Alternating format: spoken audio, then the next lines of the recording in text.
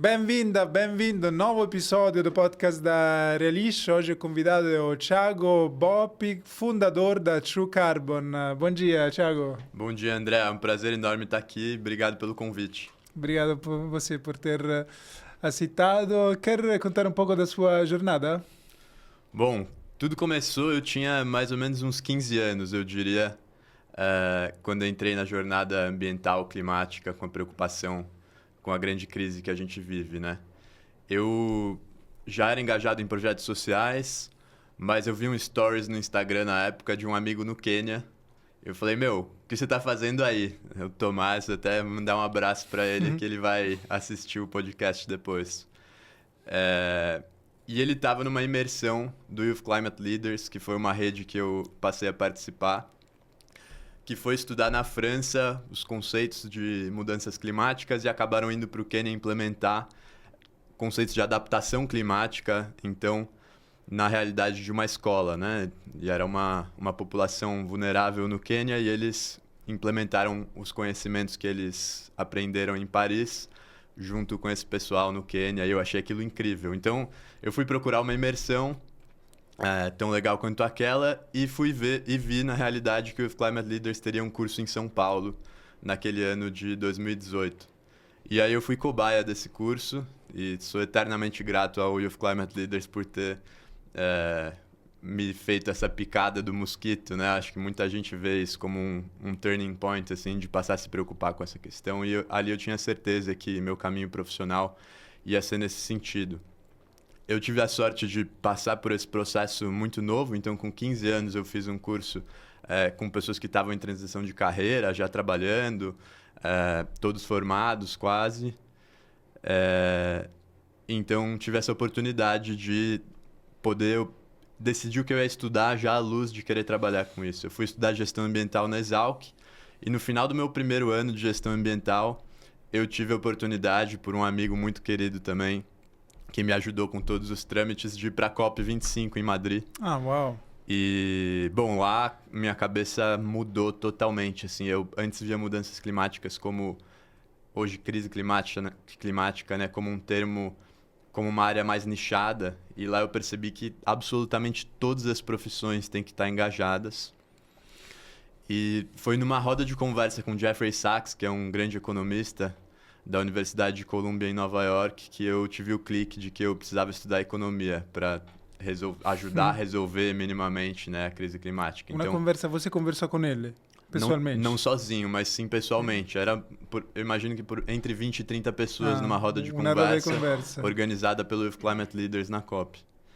E aquilo, enfim, a Cássia, que é a fundadora do SL, provavelmente não imagina que esse momento teve um impacto tão profundo na vida de alguém, mas eu lembro que a gente falou sobre a economia da educação, economia ambiental e uma série de aspectos que, assim, independente dos posicionamentos econômicos e políticos, se eu concorde ou discorde hoje em relação ao que foi discutido ali, foi um despertar assim, para a crise climática enquanto fruto das externalidades econômicas do sistema que a gente vive e como a gente precisa internalizar isso dentro dos negócios, né? E desde então eu passei a olhar com muita atenção para todo tipo de incentivo econômico que fizesse a gente chegar mais perto do objetivo de reduzir essas mais de 50 bilhões de toneladas de gás carbônico na atmosfera para zero, né? Espero que num futuro próximo. 50 bilhões de toneladas cada ano? Esse número de 50 bilhões é o que está no... O Bill Gates fala no livro dele Como Evitar um Desastre Climático. Uma meta muito legal, assim, ele começa o livro falando a gente emite 50 e tantos bilhões de toneladas de CO2 equivalente na atmosfera anualmente, isso tá na conta da humanidade, né? E a gente precisa chegar em zero. Então esse livro é sobre o caminho dos 50 e tantos para zero e todo mundo precisa fazer parte disso, né? Acho que pouco importa qual é o tamanho da fatia de cada um, o que importa é que a gente coopere, né? Consiga ter uma agenda pré-competitiva ou pós-competitiva, não sei, para chegar lá juntos. E com esse insight você fundou a empresa depois de um tempo, né? Bom, muitos anos depois, antes de fundar a empresa, eu passei um tempo com as versões do Thiago ambiental e o Thiago econômico bem desconectadas. Eu trabalhava numa ONG, hoje Organização da Sociedade Civil, né? Mas trabalhava numa organização sem fins lucrativos que trabalhava com uma agenda de cooperação internacional para conservação da biodiversidade. Então, eu mexia com melhoria de gestão de unidades de conservação. Né? Então, nesse momento, comecei a olhar para florestas e para o uso da terra. E não tinha nada de economia do meu trabalho. Eu falava com muitos políticos, com técnicos de governo, com gestores de parques. E estudando economia em paralelo, né? Eis que, bem no início do boom do mercado de carbono, eu entro na Carbonext, que é uma das grandes desenvolvedoras de projetos de carbono no mercado voluntário.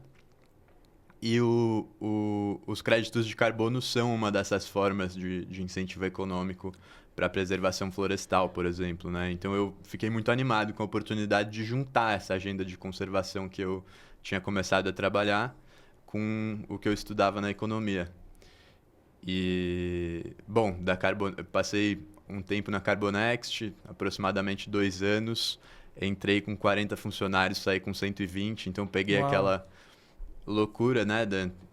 Uma vibe super startup mesmo, de fundo de investimento, os processos se estabelecendo, projetos de milhares de hectares na Amazônia, uma contribuição super relevante para a conservação e a possibilidade de financiar isso via créditos de carbono, de captar investimento, né?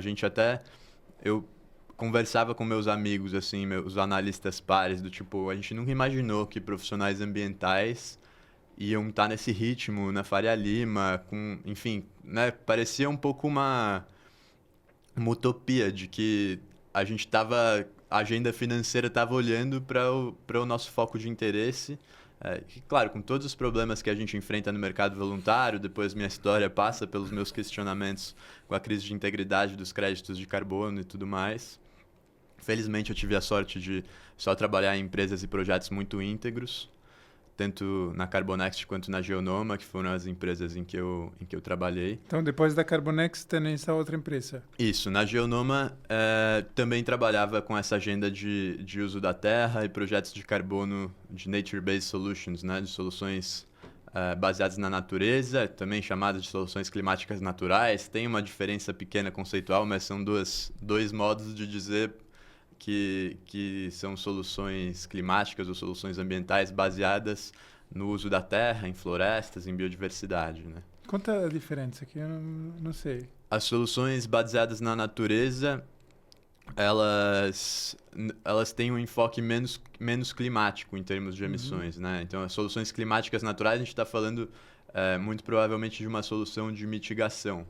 Então, plantar árvores, tira o carbono. Conservar árvores, deixar de emitir o carbono. As soluções baseadas na natureza, a gente entra até coisas como um jardim de chuva urbano, por exemplo, que resolve uma questão hídrica, que não é diretamente de mitigação de emissões. Agora, você concorda comigo que se você reflorestar a mata ciliar de um curso d'água, você está regenerando aquele ecossistema, fazendo com que a fauna volte, que tenha água o ano inteiro naquele rio que tinha deixado de ter. Você resolve muito mais problemas do que só a questão de CO2, né? Tem até um conceito de túnel do carbono que muitos especialistas em biodiversidade criam uma rixa com o pessoal do carbono e falam, pô, vocês só querem saber de carbono, né? E tem 1 milhão de coisas que são importantes, como a biodiversidade. De fato, eu concordo plenamente por um lado. Por outro, o carbono é uma métrica que a gente conseguiu estabelecer para captar investimento, para resolver todas essas outras questões também, né? Então, tem todas essas nuances. Mas tem uma sobreposição muito grande entre SBN e SCN, né? As baseadas na natureza e as climáticas naturais. Que interessante. Não conhecia esta diferença, mas entendo agora muito bem. E depois da Geonoma, quanto fica nesta empresa? Bom, fiquei pouco mais de 1 ano na Geonoma e lá meu papel também tinha a ver com a estruturação de projetos de carbono, uma equipe multidisciplinar super bacana. Foi uma fase bem bacana também. E quando eu saio da Geonoma, aí eu começo a True Carbon. E a True Carbon até foi uma forma de eu me reposicionar diante do incômodo que eu estava sentindo, não dentro da Geonoma ou dentro da Carbonext especificamente, mas com a agenda do mercado voluntário de carbono, né? Que talvez estivesse sendo vista muito como uma bala de prata pelo mercado como um todo, como uma forma de resolver a questão, ou tem discursos, né, do mercado bilionário de créditos de carbono que vai resolver a questão climática e todo mundo ainda vai ficar rico. E eu não conseguia ver as coisas tão arco-íris assim. Para mim ainda tinha uma questão de olhar para... Bom, a gente tem grandes poluidores, mesmo se a gente fosse resolver tudo com crédito de carbono, eles iam quebrar o modelo de negócio se tivessem que compensar todas as emissões. Não faz sentido compensar todas as emissões com crédito de carbono. Isso, os principais standards de metas net zero, por exemplo, o SBTI, que é super sério, baseado na ciência, um framework global, recomenda que uma parte menor seja compensada e uma parte muito maior seja, de fato, descarbonizada nas operações. Então eu queria olhar para essa descarbonização de que é menos confortável, né? Que é reduzir operacionalmente, de fato, as emissões corporativas. E aí a gente está falando de setores muito poluidores, todos eles, né? Não é sobre demonizar, é só falar sobre o problema e sobre soluções objetivas. E aí eu acho que o que me inspirou a pensar nisso foi esse background em economia que eu tenho, que poderia ajudar, né? Então, o que a True Carbon entrega hoje é a implementação de uma estratégia de descarbonização baseada em dados e em ciência econômica aplicada. Então, tem uma chacota, né, que é engraçada, que se faz muito, assim, de, pô, o CMO, né, o Chief Marketing Officer, contrata um projeto de sustentabilidade. Aí quando o CFO descobre, ele vê que o negócio não para de pé financeiramente e demite a equipe de marketing, né? Então, eu queria fazer uma descarbonização que não funcionasse desse jeito. Então, que não podia ser freestyle, né? Tipo, tem uma ideia de um projeto que vai descarbonizar, vamos implementar. A gente está falando de corporações com milhares de funcionários, com custos enormes de tudo, assim... Mudar do dia para a noite sem uma análise muito cuidadosa os processos dessas corporações pode ter um impacto gigantesco em todos os aspectos econômicos possíveis, né? Ao mesmo tempo, a gente não pode deixar de mudar. Então, para mim, a solução não poderia ser tão intuitiva, ela teria que estar muito baseada em dados, e foi aí que eu comecei a construir o nosso modelo. Então, a True Carbon hoje tem aspectos de ser uma consultoria de descarbonização baseada em dados em teoria econômica aplicada, e tem aspectos também de ser um parceiro mais de longo prazo do cliente, quando o cliente topa um contrato por resultados, em que a gente entra e como um Chief Decarbonization Officer as a Service, ou um chefe executivo de descarbonização como um serviço, a gente opera de fato a descarbonização, facilita os processos, e baseado na estratégia que nós desenvolvemos junto com o cliente, a gente ajuda na operação de fato da estratégia, que é um ponto que normalmente outras consultorias não topam a parceria, né? Enfim, também é um modelo interessante, mas quando a empresa acaba tendo um PowerPoint para implementar e de repente não tem um casamento tão forte com a organização que ajudou a desenvolver a estratégia, fica muito difícil de implementar isso e de ajustar a rota no meio do caminho, né? Então, basicamente, a análise de dados que eu digo tem a ver com fazer análise de benchmark, o que outras empresas do setor estão fazendo, tem a ver com olhar para startups, com o setor de inovação como um todo, porque às vezes tem soluções super carbono eficientes que a empresa ainda não conhece. Então, não são só as ideias de um pequeno grupo de pessoas que vão ser analisadas. A gente vai ter uma série de oportunidades de projeto. Por exemplo, se pegar uma empresa que tem um monte de fábricas.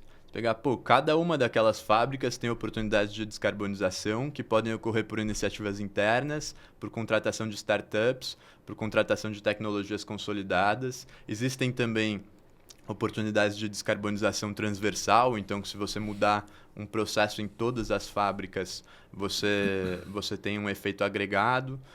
você tem escopo 3, que é super importante, né, que aí a gente está falando de cadeia de valor. Então, muitas empresas têm mais de 90% das emissões na cadeia de valor. Isso é o que os clientes emitem usando os produtos e o que os fornecedores emitem antes de vender os insumos para a empresa, né?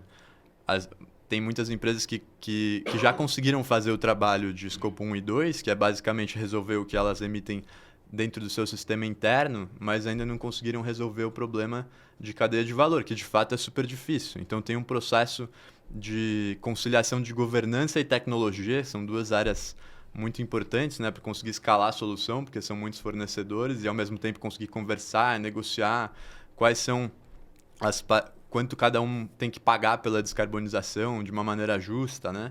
Enfim, é bem complexo, mas a gente trabalha de uma maneira end-to-end, assim, olhando para todas essas questões e posicionando os projetos mais custo-efetivos para que o CFO não fique bravo com a estratégia de descarbonização da sustentabilidade. E mais do que isso, que a gente consiga conciliar isso que a gente consiga conciliar isso entre as áreas financeiras de sustentabilidade dentro das empresas. Uhum. E a gente já está desenvolvendo produtos também, aí é uma frente mais escalável mesmo da empresa, que vão em breve servir como ferramentas para os chefes de sustentabilidade, os chefes financeiros SaaS. E para as equipes também, na linha de um SaaS, algo como um SaaS. Muitas pessoas não sabem que é o mercado de carbono. Quer contar um pouco? Bom, mercado de carbono. Para começar, acho importante situar que tem dois tipos de mercado de carbono. Os mercados regulados e os mercados voluntários, né? Isso é uma diferenciação fundamental. Vamos começar pelos mercados voluntários. Então, isso quer dizer que não tem uma instituição governamental que força que haja um mercado de carbono, ou seja, o governo não está participando disso, né? Então, vamos lá. Pode ser que as empresas queiram compensar suas emissões por livre e espontânea pressão de investidores, de clientes, de toda a cadeia de stakeholders, né? Livre e espontânea vontade, eu não costumo dizer, eu acho que tem uma pressão, mas é uma pressão voluntária, né? Não é uma pressão regulatória, que seria mais direta. Então, o que acontece é que a empresa que, por exemplo, trabalha com combustíveis, que produz combustíveis, ela é especialista em produzir combustíveis. Ela não é especialista em plantar árvores para remover carbono da atmosfera que os combustíveis geram. Então, faz sentido econômico que ela contrate especialistas em remover carbono da atmosfera através de áreas de reflorestamento para suprir uma demanda por descarbonização, ainda que seja por livre e espontânea pressão.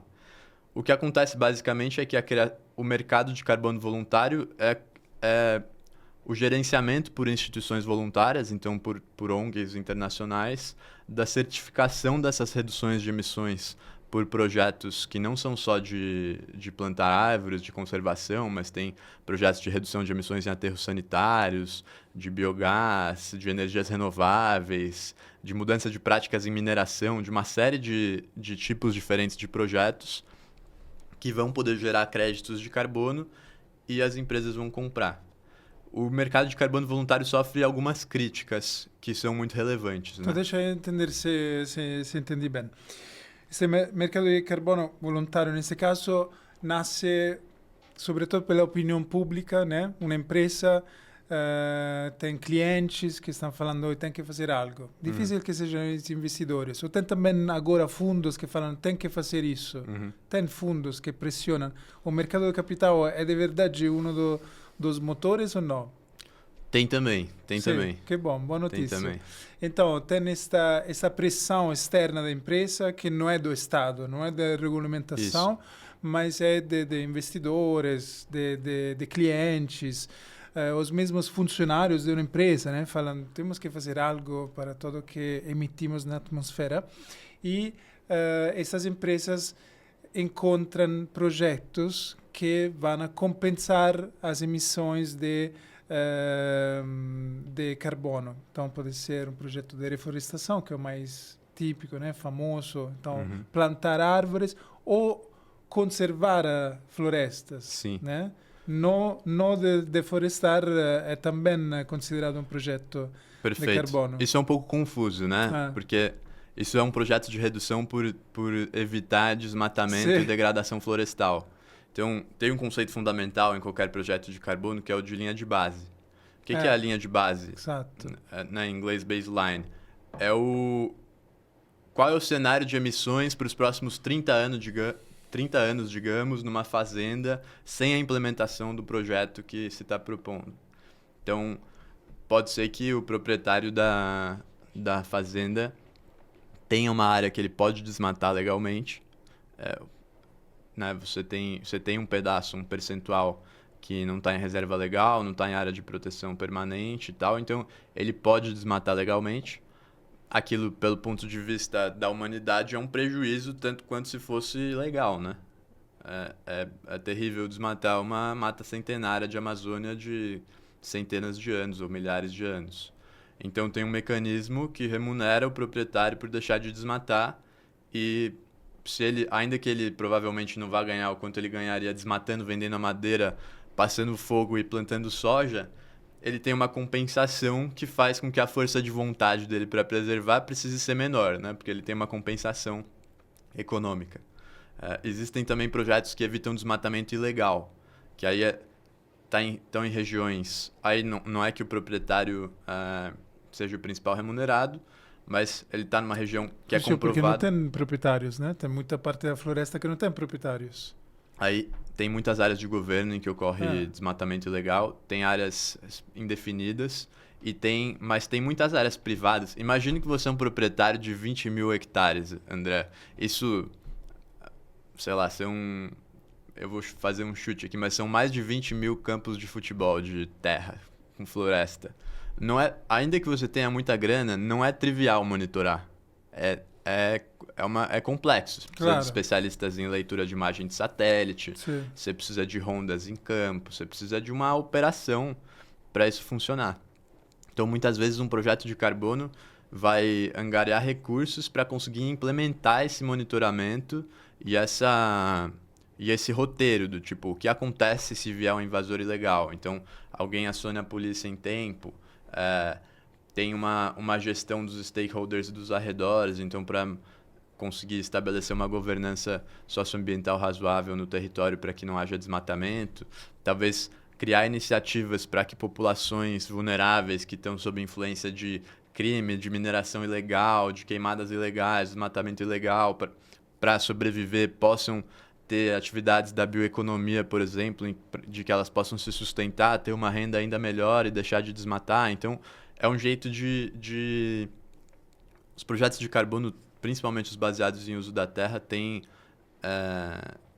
uma questão por trás de teoria de mudança, né? Você estabelece qual que é o diagnóstico atual, faz uma análise situacional do que está acontecendo ali e o que é para ser daquele lugar no futuro, né?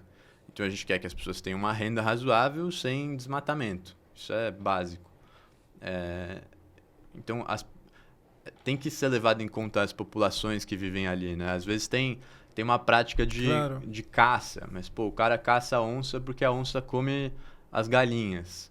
Então, o que a gente pode fazer para o cara não caçar a onça, mas também para a onça não comer as galinhas? Uhum. Isso tem que ser pensado, né? E aqui, isso é tanto literal quanto metafórico, porque isso é um problema real, mas existem uma série de problemas análogos desse paradigma, né, do desenvolvimento, do desmatamento com a conservação, que essa teoria de mudança precisa resolver.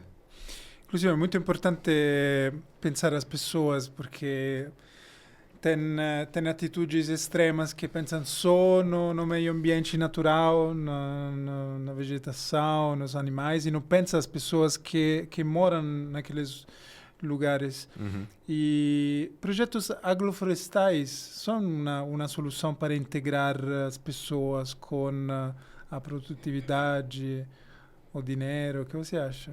Sem dúvida, sem dúvida. Os projetos agroflorestais têm um desafio econômico muito grande, né, de conseguir Já participei da modelagem de alguns sistemas agroflorestais e é muito difícil porque você tem uma dificuldade de prever a produção, de prever quais vão ser as receitas, você consegue prever uma série de custos que são pesados por hectare, você tem dificuldade com a sazonalidade, uma série de questões, mas superados esses desafios, eles são um meio, principalmente de pequenos e médios produtores, prosperarem sem impacto, ou no mínimo reduzindo muito o impacto relativo das monoculturas, né? Fazendo um paralelo com o mercado de carbono, talvez seja mais para esse lado a pergunta que você está fazendo.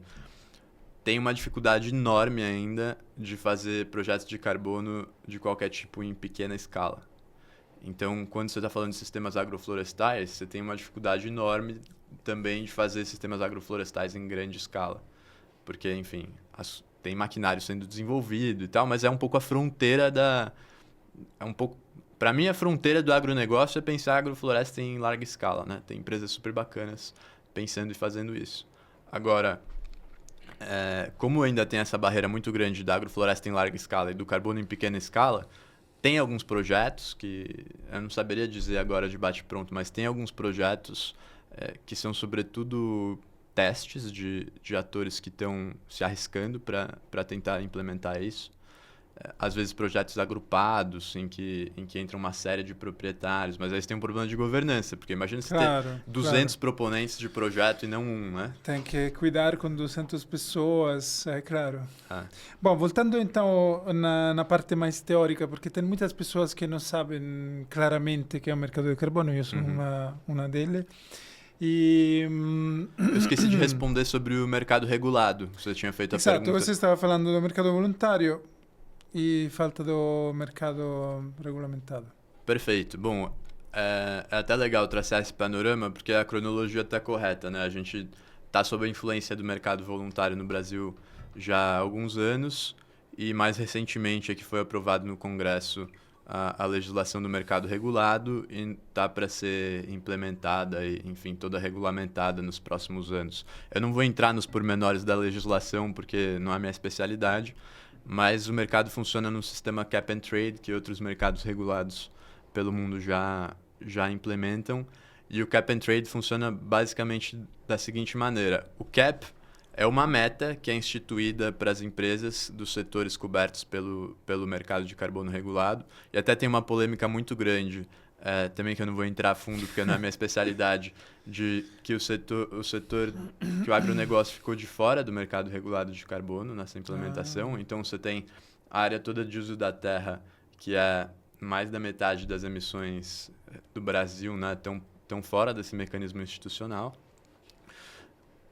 Enfim, tem entraves políticos, tem dificuldades de implementação, tem uma série de razões e tem outras pessoas melhores para explicar isso, mas é importante colocar esse ponto. E, bom, para os setores industriais, aí vamos falar deles, você tem um threshold, um limite de receita dentro de determinado setor que uma empresa precisa ter para ser obrigada a medir as emissões de carbono, e uma vez que ela mede as emissões de carbono, aí você tem um limite de emissões que ela pode emitir sem participar desse mecanismo. E aí, sempre conectado com o faturamento. Para ela ser obrigada a medir, isso está conectado com o faturamento. Então, a partir de tem que ser média e grandes empresas. No limite, assim, não faz sentido você forçar uma pequena empresa a incorrer em um monte de custos transacionais para medir um carbono que é insignificante. Pequeno, claro. Então, a pressão tem que ser, de fato, sobre as grandes corporações e as pequenas acabam sendo fornecedores delas. Então, tem uma agenda de priorização de cuidar primeiro do que é mais latente. E, bom, se você emite acima desse determinado limite, você tem uma meta de carbono, que não é uma meta que a diretoria da empresa se reuniu para estabelecer, mas é uma meta que você ganhou do governo de emissões. E aí, basicamente, o mercado funciona por permissões Isso é uma instituição... uma instituição teórica econômica que existe há tempo, que são as permissões de poluição. O economista, para quem tiver interesse, que começou a desenhar isso foi o Ronald Coase. Ele até ganhou um Nobel de economia, esse cara. Nasce lá no Acordo de Kyoto? Bom, Kyoto é um mercado de carbono também, mas é muito mais na área de relações internacionais entre países. Sim, É um acordo que ainda não tem países em desenvolvimento sim, junto. sabemos. Enfim, eu também não sou especialista Aham. nesses Mas o acordos. mercado de este mecanismo nasce em Kyoto ou antes? Sim, sim, eu diria que nasce em Kyoto. Hum, E aí depois, com o Acordo de Paris, você tem uma série de outros avanços, com algumas regulamentações do Acordo de Paris. Essa discussão estava muito latente na COP que eu participei, enfim, todas as últimas também. É, mas essa parte entre países está um pouco fora tá um pouco fora do meu conhecimento tudo mais bem, tudo bem. específico. É, Kyoto e Paris e tudo isso tem a ver com metas de países Uhum, e agenda de descarbonização entre países, como é que financia a descarbonização dos países em uhum. desenvolvimento, como a gente faz isso com justiça climática a nível geopolítico. É, mas voltando a falar do mercado regulado brasileiro, né? Então, tem o cap, que é a meta de permissões de emissões que as empresas recebem, e o trade, o que significa? Se você emitiu mais do que você podia, você vai ter que comprar permissões de uma empresa que emitiu menos do que podia. Né? Você concorda comigo que o que faz isso funcionar ou não funcionar é quão rigorosa é essa meta. Porque se todo mundo puder emitir muito, é como se o mercado não existisse. Se, ao mesmo tempo, tem um perigo da política pública de fazer uma pressão muito grande e abrupta e que pode ou quebrar as empresas ou repassar os preços para o consumidor, gerar muita inflação, isso impacta mais as pessoas mais pobres. Então, né, se o preço do petróleo aumenta, por mais desastroso que seja o impacto das emissões no planeta, a elasticidade de preço do petróleo com a comida é tremenda e as classes mais baixas sofrem mais com isso. Então, tem uma série de questões políticas e distributivas que precisam ser pensadas e que teria a ver tanto com um imposto sobre carbono, que é uma outra discussão econômica, quanto para a rigorosidade dessa meta do mercado de carbono, porque Claro. essas variáveis econômicas todas têm uma influência enorme na nossa vida, por mais abstratas que elas possam parecer. Claro, faço E aí, um convite à pessoa que está assistindo de colocar um comentário com uma pergunta e o Thiago nos próximos dias pode responder, né, sem Thiago? dúvida, vai ser um prazer. Porque são temas muito complexos. Sim, Eu sou anos que de vez em quando leio um artigo, estudo algo, mas e você sim, muito mais que eu. São temas complexos, são. né? De economia, de política, então de finança, de matemática. Então fazer perguntas é um convite, acho muito importante se você se compromete a responder. Te Estou à agradeço disposição, muito. perfeitamente. E, bom, então, se coloca esse limite, entendemos a importância de um limite que faça sentido por muitas dinâmicas que são correladas, e a empresa que gera mais desse limite tem que comprar ou reduzir as emissões, né? Porque é um Isso. mecanismo onde, como você, desde o que entendeu, sua empresa trabalha muito em tentar, antes de comprar certificados de crédito de carbono, tentar reduzir Sim, as emissões, porque de fato é uma coisa que pode ser muito mais inteligente, muito mais econômica, muito mais sim. sustentável no longo Aí, prazo. e aí tem uma reflexão interessante, que assim, a gente pode falar numa precificação de carbono, né? Que nada mais seria do que o custo de redução de uma tonelada de emissões. Uhum.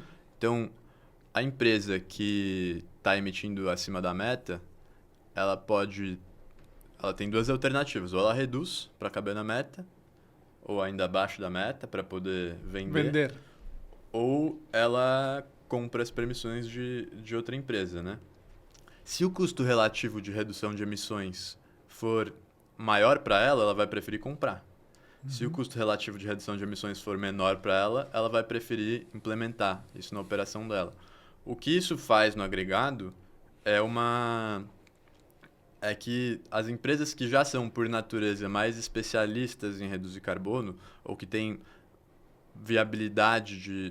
uma melhor viabilidade de reduzir o carbono, vão fazer isso primeiro. E aí, aos poucos, com o aumento da rigorosidade da meta, todo mundo consegue ir se preparando gradativamente. Claro que você tem um problema de urgência, que isso tudo precisa ser feito rápido. Então, assim, eu entendo que algumas pessoas podem até ficar incomodadas, falar, como assim priorizar? Tem que fazer tudo. De fato, tem que fazer tudo, mas, enfim, essas coisas precisam ser Claro, organizadas, né? planejadas, implementadas. Então, io sono un'impresa che intendo che so una grande impresa che desde agora, né, outubro, novembro, foi esta lei do mercado Eu não regulamentado. vou saber a data em que isso a data exata em que isso vai começar a Porque funcionar, mas ainda tem um prazo, tem assim, um prazo. as empresas estão todas, né, tem organizações intersetoriais olhando para isso, como é que a gente vai fazer, vamos descarbonizar, vamos estudar esse mercado, como é que a gente se prepara, estão simulando o impacto econômico disso, né, nas suas operações, e aí tem uma... Me deu um branco, desculpa, pode... Tudo bem, porque mi stavo immaginando ser una grande impresa che si sta preparando a ter que comprar crédito de carbono e pode entrar em contato com a Carbon Next ou com a Geonoma, né? Ou com outras empresas Por deste exemplo. setor, ou também pode entrar em contato com você que faz uma consultoria, mais que isso, uma assessoria, porque você segue no tempo esta empresa Sim. para entender uma estratégia, fazer, como você falou, uma estratégia de descarbonização e também de cumprimento da lei, que pode ser reduzimos o quanto possível daqui a 10 anos fazendo isso. E também podemos agora comprar alguns certificados de crédito de carbono, porque precisamos agora cumprir a lei. Você faz esse trabalho, né? Eu faço esse trabalho, assim, ainda que eu cubra essa parte de compensação e de créditos de carbono do mercado voluntário, isso não é a atividade-chave da True Carbon, né?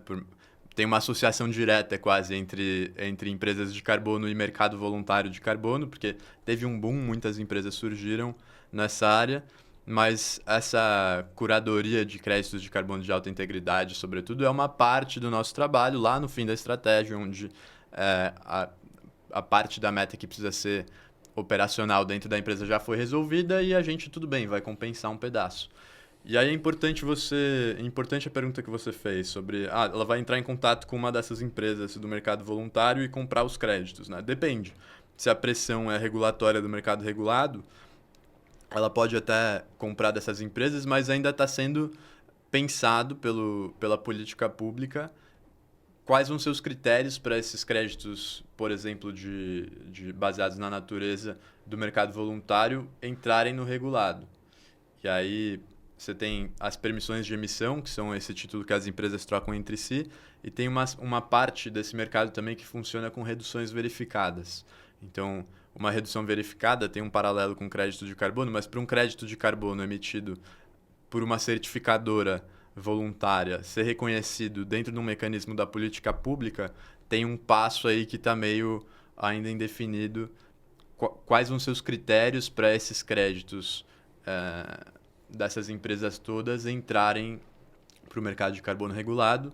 O que tenho certeza que posso te dizer é que não vai ser assim majoritário. As empresas que estão sobre o mercado regulado vão precisar reduzir e trocar permissões entre si mais do que absorver créditos do mercado voluntário.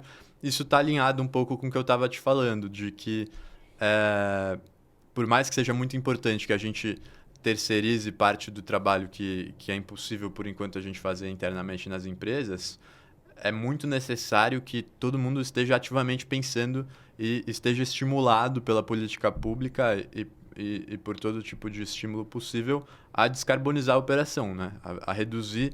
Porque quando você tem um aumento de eficiência, quando você cria um mercado por um lado, por outro lado você tem custos de transação.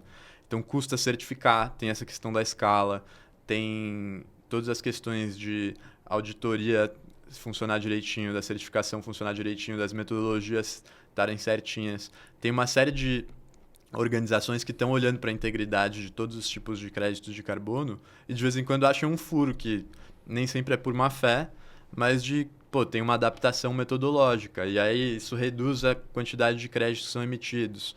Aí isso influencia a estabilidade da receita das empresas desenvolvedoras de crédito de carbono, tem um impacto na oferta, daí a demanda também fica assustada com uma possível crise de integridade, para de comprar. E ainda tem um descasamento, assim, tem um custo de transação muito alto em resolver o problema via mercado de carbono. E aí, assim, até fiz um post no LinkedIn esses tempos de não vamos jogar o bebê junto com a água suja do banho fora, né?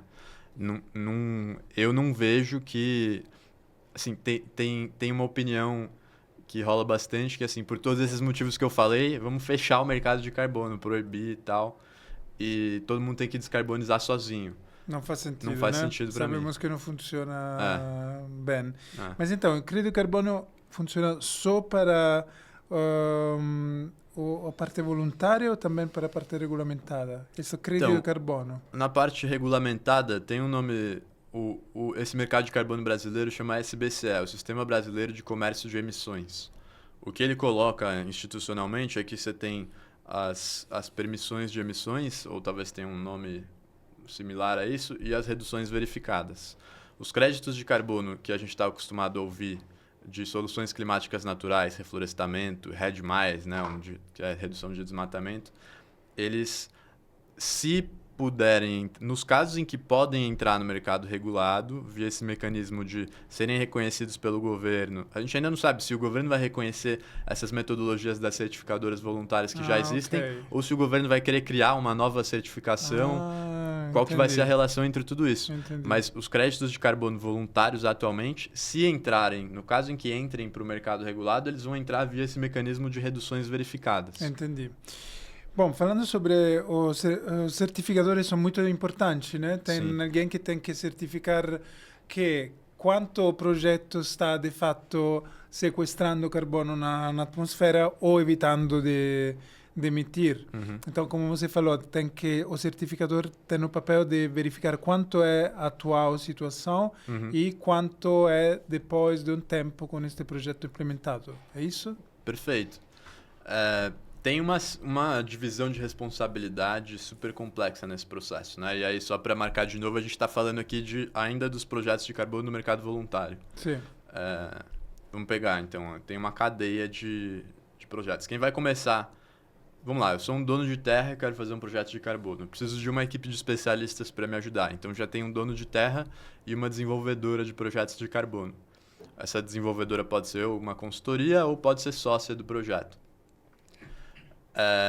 Eles vão precisar definir uma metodologia. Então, tem muitas iniciativas que falam, eu vou fazer um projeto de carbono e vou inventar minha própria metodologia. Eu acho muito difícil isso dar certo.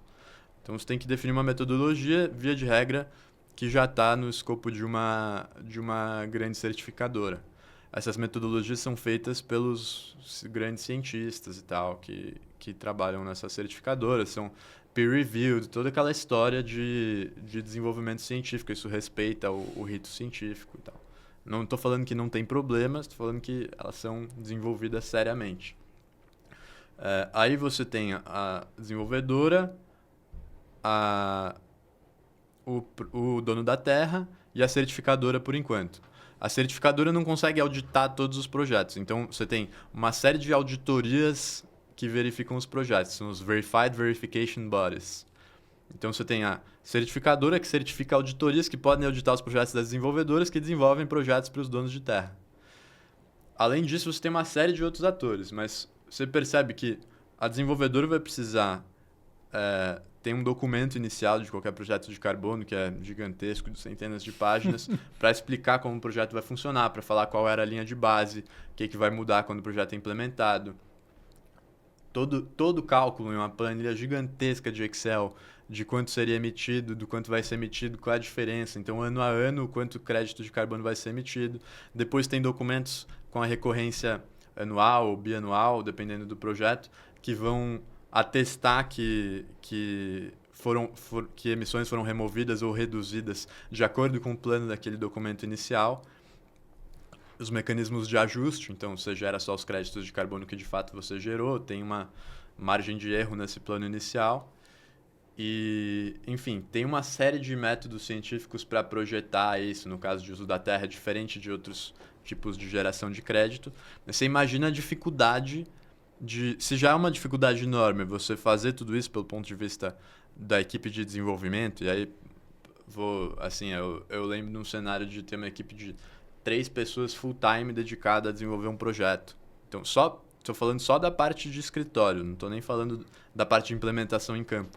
Então, e aí você pega um auditor que vai ter um contato com um projeto de muito menos tempo, né? Ele vai, às vezes vai passar 3 meses dedicado a auditar o projeto, entre outras tarefas que ele tem, dele entender tudo isso, conseguir pegar qualquer elemento de má fé que alguma empresa possa ter, e qualquer uso indevido, né, dos artifícios da metodologia e tal, porque é complexo pra caramba, né? E também tem que controlar que o projeto é implementado, né? Sim, sim. Então, a auditoria acontece no início do projeto e depois em todos... Sempre que você quer gerar crédito de carbono com o seu projeto, você tem que fazer um relatório falando quanto gerou. Okay. Isso vai ser auditado, tem um custo enorme para auditar. Tem que ser... É auditado pela auditoria e a auditoria é auditada pela certificadora. Uhum. Enfim, tem uma... Isso que eu digo que são custos de transação importantes. Claro. Né? Quem que paga a auditoria e a certificadora? É o desenvolvedor do projeto. Que é um conflito de interesse, né? Tem. Porque se eu sou certificador, você é o cliente, eu tenho que te certificar, você me paga, tem um conflito de interesse. Tem uma... Assim, por um lado tem esse conflito de interesse, por outro lado, a auditoria... Se sair um escândalo de que ela pisou na bola, acabou. Okay. Né? É uma estrutura de confiança. A certificadora também. Se sair um escândalo de que ela pisou na bola... Se um projeto tem um escândalo e ela não cancela todos os créditos de carbono, ela fica queimada. Então, né? É muito importante o papel do Estado, da polícia investigativa, dos jornalistas investigativos, né, que controlam essas certificadoras. Eu diria mais dos jornalistas, da mídia, dos cientistas que vão olhar para isso, né? Até das agências de rating, que são órgãos que são empresas que vão vender os serviços de analisar com muito cuidado todos os projetos de carbono. Depois da verificação, depois da certificação, ainda fazem uma análise de risco para quem quer comprar o crédito. Sabe o que aconteceu em 2007, né? A crise financeira e as agências de rating que colocavam rating muito altos aos bancos que criaram uma bola imobiliária. Porque tem este problema de que agências de rating são pagadas pelos grandes bancos. E como estas são pagadas, então acredito que o papel do Estado de controlar as empresas, dos jornalistas investigativos, de controlar o Estado, as empresas, todo mundo, é fundamental. Claro, é um custo para a sociedade, o Estado, sim, alguém que controla a certificadora, que controla a empresa, que controla... Mas é um custo que acho necessário.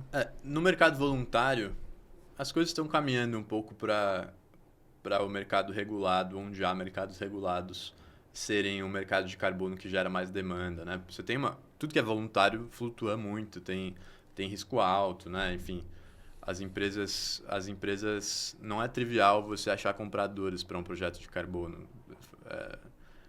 Você tem que ter uma reputação muito consolidada, tem que provar que a metodologia está toda certa, tem uma barreira de entrada muito alta. Um cara que pensa que um investidor vai ter que fazer uma compra retroativa de 30 anos, por exemplo, vai pagar o projeto agora para ter crédito de carbono daqui a 30 anos. A gente nem sabe mais se vai existir crédito de carbono daqui a 30 anos, né? Eu espero que exista, mas assim, se aquela floresta vai estar de pé, tem problema de permanência, se tudo vai conseguir ser garantido ou não. Muito complexo. E me conte, você trabalhou em CLT ou na CNPJ nessas empresas? CLT. CLT. E agora é com a sua própria empresa, né? Fundou a empresa. Sim. Me conte como se sente nessa diferente vida. É uma aventura, né?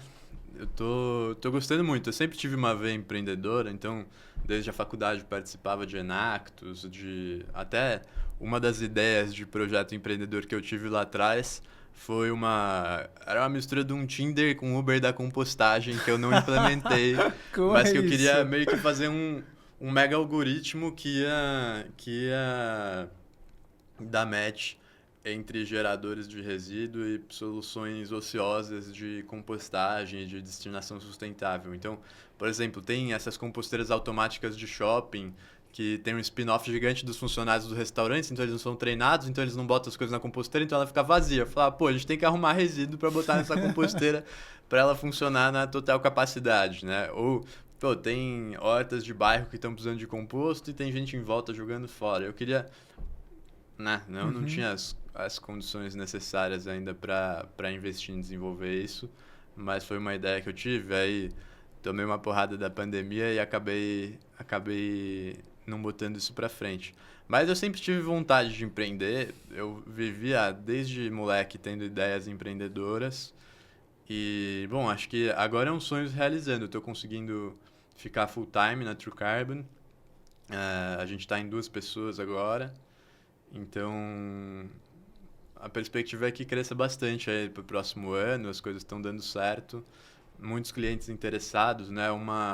Essa tese de baseada em dados e em teoria econômica versus uma descarbonização um pouco mais freestyle que a gente vê, dá uma confiança grande, eu estou vendo que tem demanda para isso, a validação da dor está feita, né? Pegando aí o framework de desenvolvimento de negócio.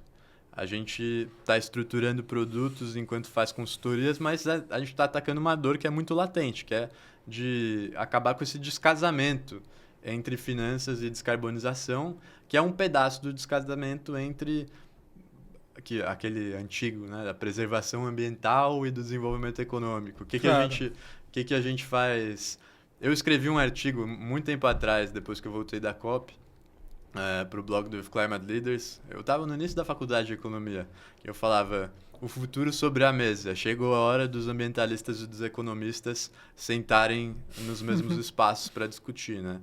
E a True Carbon é a última expressão disso na minha vida e estou super feliz de ter o privilégio de poder realizar esse sonho e de construir essa empresa. Qual é a sua persona? Que empresa é a sua target? A minha persona são grandes poluidores, né? Então, eu falo com uma mistura dos chefes executivos de sustentabilidade e financeiros das empresas, né?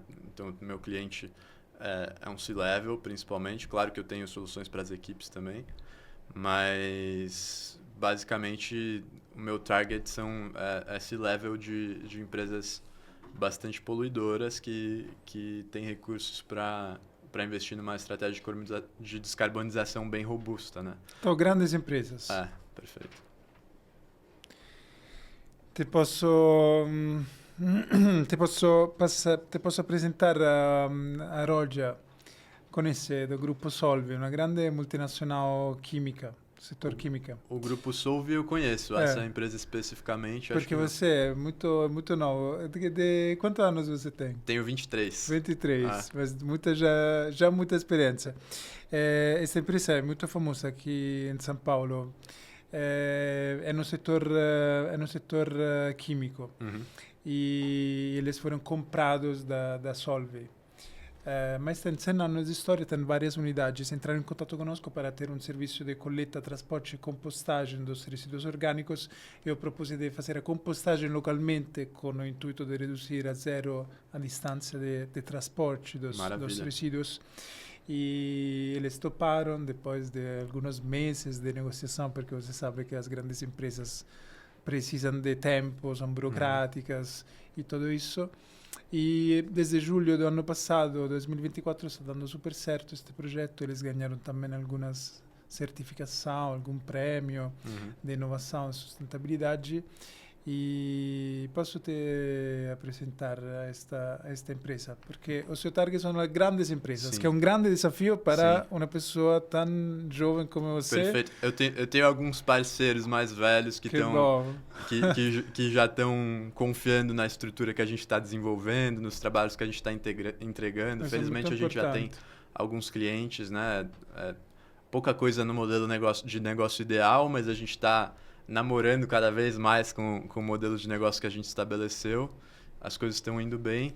Mas nesse campo de cooperação e de parceria com a Realix, eu acho que tanto essa conexão é super importante, quanto também vocês, como solucionadores de resíduo orgânico, e imagino que de outros tipos também, vocês são, no que isso tangencia a questão de carbono, podem ser uma das soluções para empresas em que o problema de resíduos é mais latente, né? Eu fico muito, muito feliz de ter lido um artigo de 2023, então não é no final de 2023, então é recente, né, na história da ciência, e de algumas estudiosas que por uma década estudaram quanto um solo agrícola é capaz de absorver de carbono da atmosfera e quanto mais é capaz esse solo se tem adubo orgânico.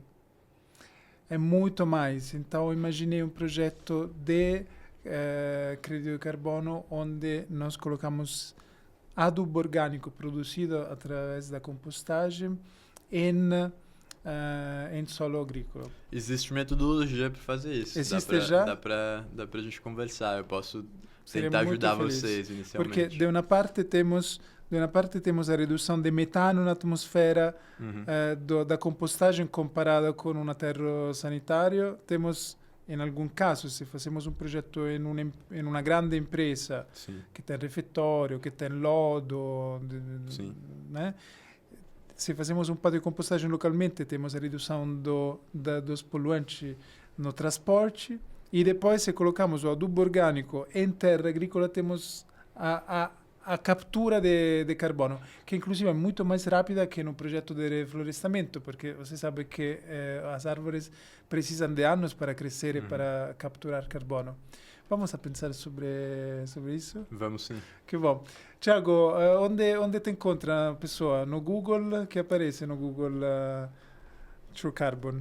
Bom, pessoal, podem me encontrar pelo LinkedIn por enquanto. O site da True Carbon está sendo repaginado nesse momento, mas em breve www.true-carbon.co sem M. A gente está no Instagram também, tanto eu pessoalmente quanto a True Carbon. Acho que o LinkedIn é uma rede legal para a gente se conectar por enquanto. Tiago, muito obrigado. Eu espero de verdade de poder conversar com você sobre este projeto que já sei ser muito complexo, mas estamos em um mundo complexo. O problema é gigantesco, a solução não pode ser simples, né?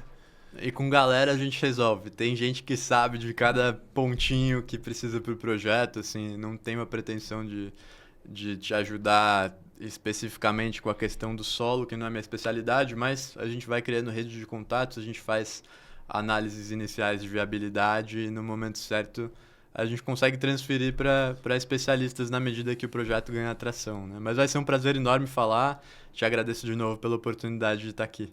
Obrigado a você. Pessoas não sabem que hoje tinha um outro convidado que não tive um imprevisto, não chegou, e encontrei aqui o Tiago aqui no Green Sampa, nesse lugar de espaço de coworking da prefeitura, e convidei no último minuto. Obrigado por ter aceitado o convite no último minuto. Foi um prazer. Obrigado, foi um prazer. Até a próxima.